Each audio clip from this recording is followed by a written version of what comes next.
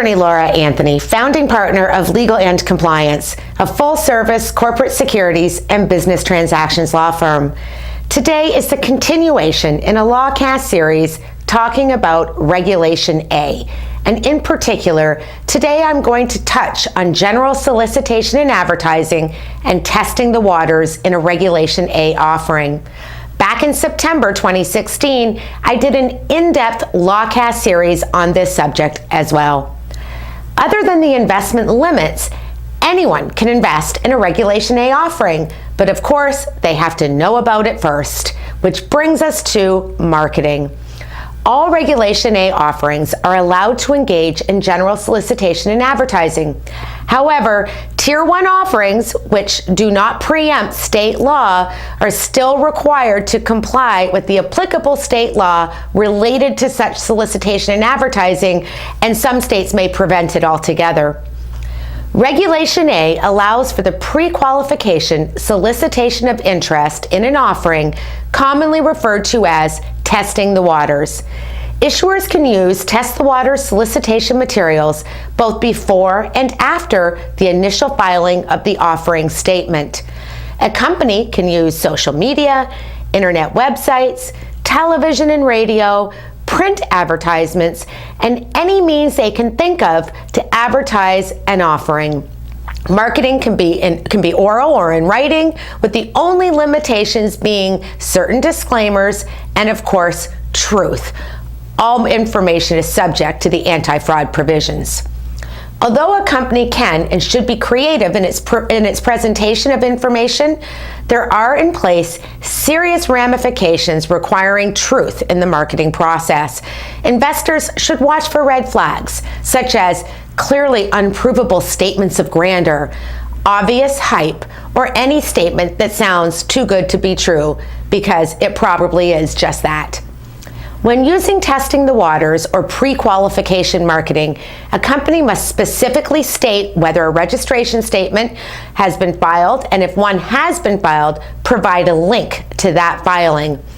Also, the company must specifically state that no money is being solicited and that none will be accepted until after the registration statement is qualified with the SEC. Any investor indications of interest during this time are 100% non-binding on both parties. That is, the potential investor has no obligation to make an investment when or if the offering is qualified with the SEC, and the company has no requirement or obligation to file a registration statement, or if one is already filed, to pursue its qualification. In fact, a company may decide that based on a poor response to its marketing efforts, it will abandon the offering until some future date or forever. Solicitation material must also specifically state that no offer to buy securities can be accepted and any offer can be withdrawn before qualification, and a person's indication of interest does not create a commitment to purchase securities. All solicitation material must be submitted to the SEC as an exhibit under Part 3 of Form 1A. This is a significant difference between S1 filers who are not required to file test the water communications with the SEC. A company can use Twitter and other social media that limit the number of characters in a communication to test the waters, as long as the company provides a hyperlink to the required disclaimers. In particular, a company can use a hyperlink to satisfy the disclosure and disclaimer requirements as long as the electronic communication is distributed through a platform that has technological limitations on the number of characters or amount of text that may be included in the communication, including the entire disclaimer and other required disclosures would exceed the character limit on that particular platform, and communication has an active hyperlink to the required disclaimers and disclosures, and where possible, prominently conveys through introductory language or otherwise that important or required information is provided through the hyperlink. Of course, all test the water materials are subject to the anti-fraud provisions of the federal securities laws.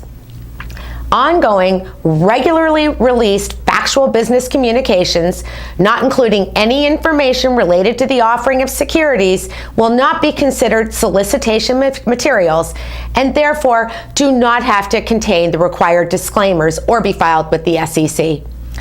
I'm securities attorney Laura Anthony, founding partner of Legal and Compliance and producer of Lawcast. Should you have any questions about today's topic, please visit securitieslawblog.com and lawcast.com or contact me directly.